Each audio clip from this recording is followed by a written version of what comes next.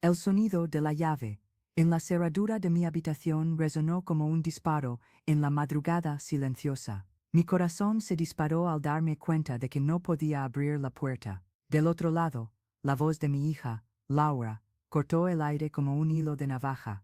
Papá, necesito que transfieras tu pensión para mí. Solo así sales de esa habitación. A los 68 años, después de una vida dedicada a ella, estaba siendo mantenido prisionero por la niña que crié con tanto amor. Laura, mi hija de 30 años, se había convertido en una extraña peligrosa de la noche a la mañana. Pero yo sabía que detrás de esa mirada desesperada había algo que ella no podía contarme. Y fue en ese momento, encerrado en las paredes que yo mismo había pintado años atrás, que comencé a entender que tal vez yo también era responsable de esta tragedia. Las horas siguientes se arrastraron como una pesadilla en cámara lenta. Cada ruido me hacía saltar. Sus pasos nerviosos en el pasillo, las conversaciones susurradas por teléfono, el ruido de muebles siendo arrastrados. Mi mente trabajaba frenéticamente, buscando una explicación lógica para aquella situación absurda. ¿Cómo llegamos hasta aquí? ¿Cómo la niña dulce que me abrazaba todas las mañanas se transformó en esta persona fría y calculadora que me mantenía rehén? Intenté recordar cuándo todo comenzó a cambiar. Tal vez fue hace 6 meses, cuando Laura se volvió más retraída. Ella siempre fue alegre, trabajaba como enfermera en el hospital público, tenía sus amigas, sus sueños. Después de la muerte de su madre, Elena, 5 años atrás, nos apoyamos mutuamente. Éramos un equipo, una familia pequeña, pero unida, o al menos yo lo creía. En los últimos meses, sin embargo, algo cambió drásticamente. Laura comenzó a llegar tarde a casa, siempre nerviosa, mirando por encima del hombro como si estuviera siendo seguida. Sus manos temblaban al tomar el celular, y cerraba con llave la puerta de su habitación. Cuando le preguntaba si todo estaba bien, respondía con una sonrisa forzada: «Claro, papá, solo estoy cansada del trabajo». Ahora, sentado en la cama donde dormía al lado de Elena por tantos años, entendí que debería haber insistido más. Debería haber roto esa barrera invisible que ella levantó entre nosotros. Como padre, fallé en percibir las señales de peligro, y ahora estaba pagando el precio de esa negligencia. La luz de la mañana comenzó a filtrarse por la cortina, creando franjas doradas en el suelo. Escuchaba a Laura caminando por la casa, arrastrando cosas, hablando bajo por teléfono. Había una urgencia en sus movimientos que me dejaba aún más preocupado. Me acerqué a la puerta y pegué el oído a la madera, tratando de captar alguna palabra, alguna pista de lo que estaba sucediendo. «Voy a conseguir el dinero hoy, sí,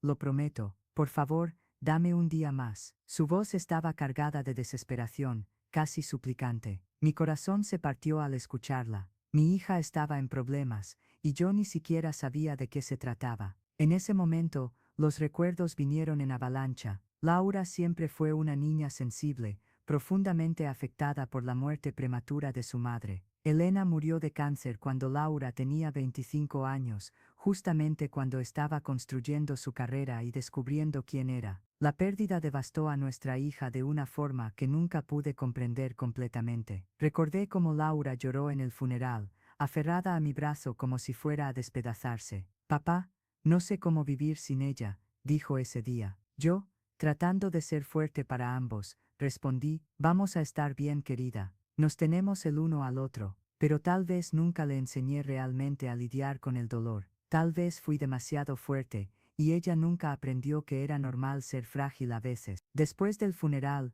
me sumergí en el trabajo para escapar de mi propio dolor. Trabajaba como contador en una pequeña empresa, y comencé a hacer horas extras constantemente. Llegaba a casa tarde, exhausto, y encontraba a Laura viendo televisión sola. Ella siempre decía que estaba bien cuando le preguntaba, y yo, cobardemente, aceptaba esa respuesta porque tampoco sabía cómo lidiar con mi propia tristeza. Elena siempre fue el puente emocional de nuestra familia. Ella sabía conversar, sabía escuchar, sabía abrazar en el momento correcto. Yo era bueno para proveer, para resolver problemas prácticos, pero las cuestiones del corazón siempre quedaron a cargo de ella. Cuando Elena murió, Laura y yo quedamos como dos náufragos, tratando de salvarse sin saber nadar. En los primeros años después de la muerte de Elena, Laura se volcó al trabajo con una intensidad que me preocupaba. Hacía turnos dobles en el hospital, estudiaba para especializaciones, salía muy poco. Cuando yo sugería que debería divertirse más,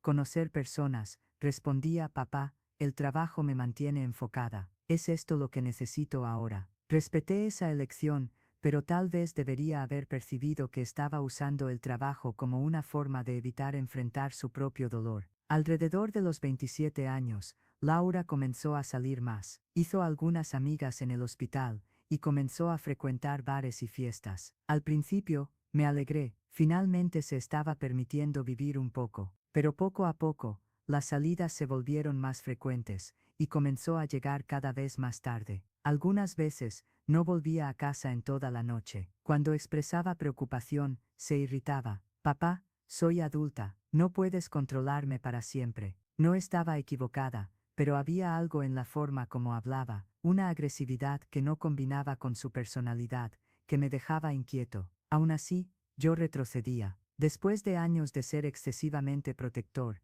trataba de darle el espacio que parecía querer. Ahora encerrado en esta habitación, me di cuenta de que había interpretado todo mal. Laura no quería espacio, quería ayuda, pero no sabía cómo pedirla. Y yo, por miedo de ser controlador, terminé siendo omiso. ¿Cuántas noches debe haber llorado sola en su habitación, mientras yo fingía dormir del otro lado de la pared? ¿Cuántas veces trató de contarme sobre sus problemas, pero desistió porque yo estaba distraído o cansado? Las horas se arrastraron en ese primer día de cautiverio. Laura pasó por la puerta varias veces, pero no dijo nada. Intenté conversar con ella algunas veces, golpeando levemente la puerta y llamando su nombre, pero no respondió. Por la tarde, escuché el sonido de alguien llegando a casa. Voces masculinas, bajas pero tensas. Mi sangre se heló. Laura, ¿estás segura de que puedes conseguir el dinero hoy? La voz era áspera, amenazante. Porque si no lo consigues, ¿sabes lo que va a pasar? Sí puedo. Mi papá va a transferir la pensión a mi cuenta esta tarde. Es solo cuestión de horas. La voz de Laura temblaba, pero había una determinación desesperada en ella que me partió el corazón. Espero que así sea, querida, porque no nos gusta esperar. El hombre se rió, un sonido cruel que me hizo cerrar los puños. ¿Y si estás mintiendo? Bueno, ¿sabes dónde vivimos? Escuché pasos pesados alejándose, y la puerta del frente cerrándose. Luego, el sonido de Laura llorando bajito en la sala. En ese momento, toda mi rabia se transformó en una comprensión dolorosa. Mi hija no me estaba chantajeando por maldad, estaba desesperada, probablemente amenazada por personas peligrosas. Me acerqué a la puerta nuevamente y hablé bajito. Laura, querida, escuché todo. No necesitas mantenerme encerrado aquí. Vamos a conversar. Vamos a resolver esto juntos. Silencio absoluto. Después, pasos acercándose a la puerta. Papá, no entiendes. Su voz estaba quebrada, cargada de vergüenza. Me metí en una situación que no tiene vuelta atrás. Estas personas no bromean. Si no les doy el dinero hoy, van a lastimarme. Hija, cuéntame todo. Vamos a encontrar una solución. Siempre encontramos una, ¿no es así? Traté de sonar tranquilo, pero mi voz también temblaba. No, papá, esta vez no. Yo lo arruiné todo. Yo, tengo una adicción. La confesión salió como un suspiro desesperado. Comenzó hace 2 años, cuando conocí a una amiga en el trabajo. Me llevó a algunos lugares, dijo que era solo para relajarse después de los turnos difíciles. Al principio era solo diversión, pero se detuvo de hablar, y escuché sollozos del otro lado de la puerta. Mi corazón se despedazó. ¿Cómo pude ser tan ciego? ¿Cómo no me di cuenta de que mi hija se estaba destruyendo justo bajo mis narices? Laura, escúchame, no importa lo que pasó, eres mi hija y te amo. Vamos a resolver esto juntos, ¿entiendes? Pero primero, necesitas sacarme de aquí. Encerrado en esta habitación, no puedo ayudarte. No, papá, si abro esa puerta, vas a querer llamar a la policía, o vas a intentar algo heroico que solo va a empeorar todo. Dejaron bien claro que si involucro a otras personas, van a desaparecerme. A partir de ese momento, nuestra conversación se transformó en una negociación emocional, a través de una puerta de madera. Yo trataba de convencerla de que había otras soluciones, que podríamos buscar ayuda profesional, que no necesitaba enfrentar aquello sola. Ella insistía en que era demasiado tarde, que la única forma de salir viva de esa situación era consiguiendo el dinero inmediatamente. Durante el resto del día, fragmentos de la historia fueron siendo revelados. Laura había comenzado a usar drogas como una forma de lidiar con el dolor de la pérdida de su madre y el estrés del trabajo. Lo que comenzó como uso recreativo se transformó rápidamente en dependencia. Comenzó a pedir dinero prestado a traficantes, pensando que podría parar cuando quisiera y pagar todo de vuelta, pero la dependencia solo creció, y las deudas también. Cuando finalmente quedó claro que no podría pagar, los traficantes comenzaron con las amenazas. Primero fueron solo palabras, después pequeñas intimidaciones. En la semana anterior al día en que me encerró en la habitación, habían aparecido en el hospital donde trabajaba, y dejaron claro que sabían dónde vivíamos, y que no dudarían en resolver el problema de una forma más definitiva. A medida que escuchaba la historia completa, me sentía cada vez más culpable. Como padre, había fallado en ofrecer a Laura el apoyo emocional que necesitaba después de la muerte de Elena. Estaba tan enfocado en seguir adelante con la vida, que nunca me di cuenta de que mi hija se estaba despedazando por dentro. Pero también comencé a entender que no podría resolver esa situación simplemente transfiriendo mi pensión a ella. Dar dinero a los traficantes solo alimentaría el ciclo vicioso. Laura necesitaba ayuda profesional, y nosotros dos necesitábamos encontrar una forma de lidiar con esas amenazas sin ceder al chantaje. Durante la noche, mientras Laura dormía en la sala, había dicho que no podía dormir en su propia habitación sabiendo que yo estaba encerrado. Comencé a elaborar un plan. Conocía a algunas personas que podrían ayudarnos. Un colega del trabajo que estaba casado con una trabajadora social especializada en dependencia química. Un vecino que era policía retirado, y aún tenía contactos en activo. Si lograba convencer a Laura de confiar en mí, tal vez podríamos encontrar una salida que no involucrara alimentar el esquema criminal. En la mañana siguiente, desperté con el aroma de café, viniendo de la cocina. Era un aroma familiar y consolador, que me trajo recuerdos de cuando éramos una familia completa. Elena siempre hacía café temprano, y Laura solía unirse a nosotros en la mesa de la cocina antes de salir al trabajo. Cuántos momentos preciosos como aquellos había desperdiciado, asumiendo que los tendríamos para siempre. Laura, llamé bajito. No respondió inmediatamente, pero escuché pasos acercándose. Buenos días, papá. Su voz sonaba más tranquila que el día anterior, pero aún cargada de tristeza. Querida, he estado pensando mucho durante la noche. Tengo una propuesta para ti. Papá, no.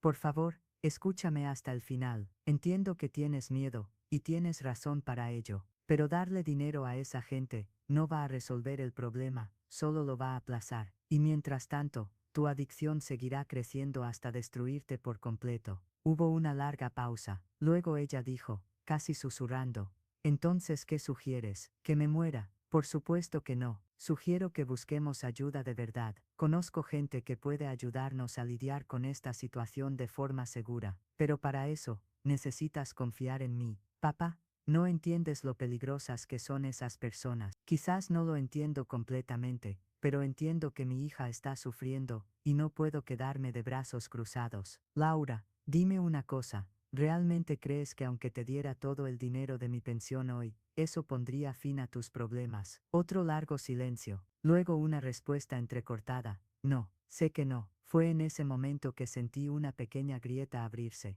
Laura estaba empezando a ver que la solución que había imaginado no era realmente una solución. Entonces déjame ayudarte de verdad. No como un padre controlador que quiere resolverlo todo solo, sino como alguien que te ama y quiere estar a tu lado mientras te recuperas. Para fortalecer nuestra conexión y mostrar que estaba genuinamente comprometido en entenderla y apoyarla, comencé a compartir con Laura cosas sobre mí mismo que nunca antes había compartido. Hablé sobre mi propia lucha con la depresión después de la muerte de Elena, sobre cómo durante meses tomé pastillas para dormir, porque no podía soportar el silencio de la casa. Hablé sobre los días en que llegaba del trabajo, y lloraba en el baño para que ella no lo viera. ¿Por qué nunca me contaste eso antes?, preguntó, y por primera vez su voz tenía un tono menos defensivo. Porque creía que necesitaba ser fuerte para los dos. Creía que si me veías débil, eso empeoraría tu dolor, pero estaba equivocado. Creo que si hubiéramos compartido nuestro dolor, quizás ambos lo hubiéramos manejado mejor. Esa tarde, nuestra conversación a través de la puerta se transformó en algo diferente. Ya no era una negociación desesperada, sino un diálogo entre padre e hija que finalmente estaban siendo honestos el uno con el otro. Laura me contó cómo se sentía culpable por no haber sido una hija perfecta después de la muerte de su madre, cómo la adicción había comenzado como una forma de silenciar los pensamientos obsesivos sobre su propia mortalidad y sobre el miedo constante a perderme también. Yo, a mi vez, asumí mi responsabilidad por haber creado un ambiente en casa donde ella se sentía presionada a estar bien todo el tiempo. Reconocí que mi forma de lidiar con los problemas, enfocándome solo en soluciones prácticas y evitando conversaciones emocionales, había contribuido a que ella no se sintiera cómoda para pedir ayuda cuando la necesitaba. Si has llegado hasta aquí en esta historia, sabes que a veces las situaciones más desesperadas pueden ser el comienzo de una transformación profunda. Sigue acompañando relatos como este, donde exploramos la complejidad de las relaciones familiares y el poder de la redención, porque creo que todas estas historias pueden enseñarnos algo sobre nuestro propio viaje. Al segundo día de cautiverio, algo cambió fundamentalmente entre nosotros. Laura comenzó a pasar más tiempo cerca de la puerta de la habitación, a veces simplemente sentada al otro lado, en silencio. No eran silencios incómodos, sino momentos de proximidad que no habíamos tenido en años. Era como si la puerta física entre nosotros se hubiera convertido en una metáfora para todas las barreras emocionales que habíamos construido, y ahora estábamos intentando derribarlas una por una. Durante una de esas conversaciones, Laura me contó sobre Amanda, la compañera de trabajo que la había introducido al mundo de las drogas. Amanda era unos años mayor, parecía tener todo bajo control, y se había acercado a Laura, en un momento de particular vulnerabilidad, justo después del segundo aniversario de la muerte de Elena. Ella decía que entendía mi dolor, porque también había perdido a su madre joven, explicó Laura. Dijo que conocía una forma de desconectar los pensamientos tristes por unas horas. Al principio, realmente funcionaba. Por unas horas, podía reír de verdad, sentirme ligera. Pero poco a poco necesitabas más para conseguir el mismo alivio, completé. Exactamente. Y cuando me di cuenta de que era dependiente, ya era demasiado tarde. Amanda no era la amiga que yo creía que era. Ella ganaba comisión trayendo nuevos clientes a los traficantes. Yo era solo un pez más en su red. Esa revelación me trajo una rabia intensa, pero también una comprensión más clara de la situación. Laura no había simplemente elegido volverse adicta. Había sido manipulada por alguien que se aprovechó de su vulnerabilidad emocional. Esto no disminuía su responsabilidad por la situación actual, pero contextualizaba cómo había llegado hasta allí. Fue en ese momento que compartí con ella mi plan. Conozco a Roberto, mi vecino policía retirado, que aún mantiene contactos en activo, y podría orientarnos sobre cómo lidiar con las amenazas de forma segura. También conozco a Marina, esposa de un compañero de trabajo, que es especialista en adicciones, y podría ayudar a Laura a encontrar el tratamiento adecuado. Pero papá, si ellos descubren que estamos involucrando a otras personas, Laura, esas personas ya saben dónde vivimos, ya te han amenazado en tu trabajo. La situación ya está fuera de control. La única diferencia es que ahora podemos elegir entre enfrentarlo de forma inteligente, con ayuda, o seguir cediendo a los chantajes hasta no tener nada más que dar. Pasé el resto del día elaborando una estrategia detallada. Primero, conversar con Roberto sobre cómo documentar las amenazas y proteger a Laura legalmente. Segundo, contactar a Marina para iniciar inmediatamente un tratamiento para la dependencia. Tercero, y más importante, establecer un sistema de apoyo emocional para que Laura nunca más se sintiera sola para enfrentar sus dificultades. ¿Y si no funciona?, preguntó, después de escuchar toda mi propuesta. Entonces, al menos habremos intentado de verdad. Laura, el camino que estás siguiendo no tiene final feliz, lo sabes. La única oportunidad real que tenemos es enfrentar el problema de frente, juntos. En la mañana del tercer día, desperté con un sonido diferente. Laura estaba manipulando la cerradura de la puerta. Mi corazón se disparó. Sería una trampa. Había cambiado de idea otra vez. La puerta se abrió lentamente, y vi a mi hija por primera vez en 3 días. Estaba visiblemente abatida, con ojeras profundas y la ropa arrugada. pero había algo diferente en su rostro. Por primera vez en meses, me miró directamente a los ojos. Papá, dijo, con la voz embargada, no puedo vivir más así. Me levanté lentamente de la cama y abrí los brazos. Ella dudó por un momento, después corrió hacia mí como una niña asustada. Nos abrazamos allí en el medio de la habitación, llorando juntos todo el dolor acumulado de los últimos años. Era el primer abrazo verdadero que intercambiábamos desde el funeral de Elena. Siento tanto, papá, siento mucho por todo, por haberme perdido, por haberte encerrado aquí, por haber causado tanto sufrimiento. Yo también siento mucho, querida. Siento por no haber notado que necesitabas ayuda, por no haber sido el padre que merecías después de la muerte de tu madre. En ese momento, entendí que tanto Laura como yo nos habíamos perdido en el luto. Ella se perdió en las drogas, yo me perdí en el trabajo y la negación emocional. Pero ahora,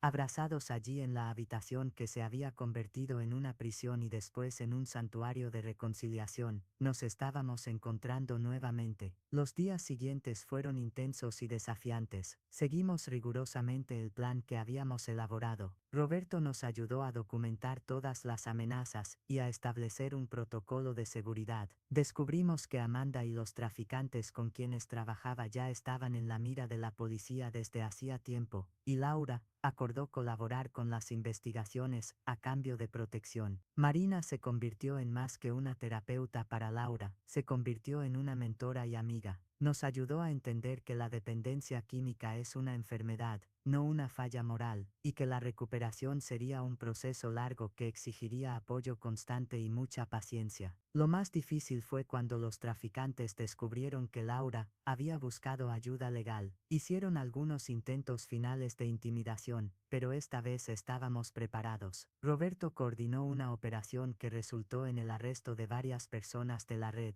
incluyendo a Amanda. Laura pasó por un periodo de abstinencia supervisada, que fue física y emocionalmente brutal. Hubo momentos en que quiso rendirse, momentos en que rogó que la dejara usar solo una vez más, pero esta vez, yo estaba realmente presente, no solo físicamente, sino emocionalmente presente de una forma que no había logrado ser desde la muerte de Elena. Durante ese proceso, ambos hicimos terapia, individual y familiar. Aprendí sobre codependencia, sobre cómo mi intento de proteger a Laura de conversaciones difíciles había en realidad la dejado desprevenida para lidiar con adversidades. Ella aprendió técnicas para lidiar con ansiedad y depresión sin recurrir a sustancias, y lentamente comenzó a reconstruir su autoestima. Uno de los momentos más transformadores ocurrió cerca de 2 meses después de aquel fin de semana de cautiverio. Estábamos los dos en la cocina, yo preparando el desayuno mientras ella leía un libro sobre recuperación que Marina había recomendado. De repente, me miró y dijo, «Papá, creo que ahora entiendo por qué me encerraste conmigo mismo en esa habitación». Dejé de revolver los huevos y la miré, confundido. «Hija, fuiste tú quien me encerró en la habitación, ¿recuerdas?». Sonrió, una sonrisa genuina que no había visto en años. «No, papá, físicamente, sí, cerré la puerta con llave. Pero lo que realmente pasó fue que te quedaste allí, del otro lado, negándote a renunciar a mí, incluso cuando estaba siendo cruel, incluso cuando trataba de usarte, continuaste hablándome, continuaste recordándome quién realmente era por debajo de toda esa desesperación». En ese momento, entendí que los 3 días que pasé encerrado en esa habitación no habían sido una prisión, habían sido una oportunidad para que ambos finalmente dejáramos de huir de las conversaciones difíciles, de las emociones complejas, de la realidad de que éramos 2 personas heridas tratando de curarse. Laura volvió a trabajar en el hospital después de 4 meses, pero esta vez con una perspectiva completamente diferente. Se convirtió en una defensora de la salud mental entre sus colegas, ayudando a otros profesionales del área a reconocer señales de agotamiento y a buscar ayuda antes de que fuera demasiado tarde.